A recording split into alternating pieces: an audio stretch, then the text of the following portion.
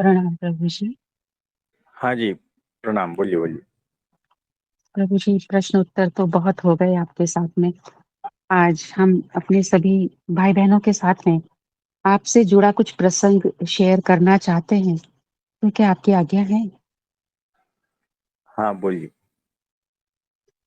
तो ये बात है 25 अक्टूबर की 2023 की है। तो प्रभु जी, जो हमारी गुरु माँ हैं, प्रभु जी की धर्म पत्नी जी, उनके साथ प्रतिदिन रात को प्रभु जी घूमने जाया करते हैं अपनी सोसाइटी के अंदर और बाहर की तरफ। तो ऐसा हुआ एक बार कि 2 दिन से एक कुत्ता उनकी अगुवाई करने लगा। अर्थात वो प्रभु जी और माँ के आगे-आगे चलने लगा। वो प्रभु जी के आगे शेर की तरह मस्त चाल में चलता। हर चौराहे पर दूसरे कुत्ते उस पर भौंकते, उसका पीछा करते, परंतु वह निर्भीक प्रभु जी के आगे मस्ती से चलता, बिना उन गली के कुत्तों की परवाह किए।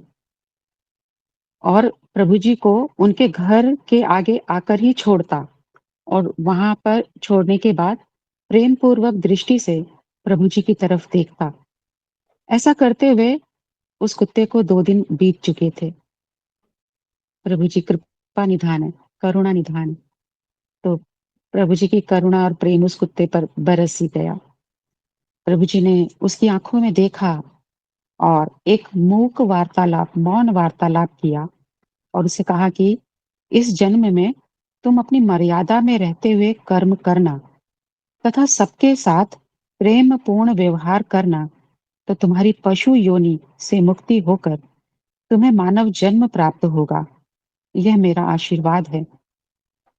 प्रभु जी की कृपा उस कुत्ते पर हो गई। गुरु का प्रेम क्या होता है ना, उसे शब्दों में ढाल पाना या अपनी बुद्धि से समझ पाना बहुत बहुत ही डिफिकल्ट है। उस कुत्ते द्वारा की गई 2 दिन की निस्वार्थ प्रेमपूर्ण सेवा प्रभु जी ने अंगीकार कर ली, स्वीकार कर ली। अब अगर हम इस प्रसंग पर ध्यान दें तो हमें ये ज्ञात होगा कि जब हम गुरु की शरणागत हो जाते हैं, तो गुरु स्वयं ही हमारी मोक्ष की यात्रा सहज भाव से करवा देते हैं।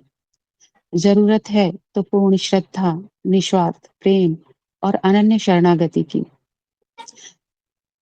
ये प्रसंग हमें बताता है कि अपने परम ध्येय की यात्रा में परेशानियां तो बहुत आएंगी, परंतु अगर आपको अपने गुरु पर पूर्ण विश्वास है और आप निर्भीक रहकर इन परेशानियों से विचलित हुए बिना निरंतर गुरु के साथ बहते हुए आगे बढ़ जाते हो, तो आपको पता भी नहीं चलेगा कि परेशानियां कैसे निकल गईं, क्योंकि ऐसे शिष्य की परवाह गुरु स्वयं करते हैं।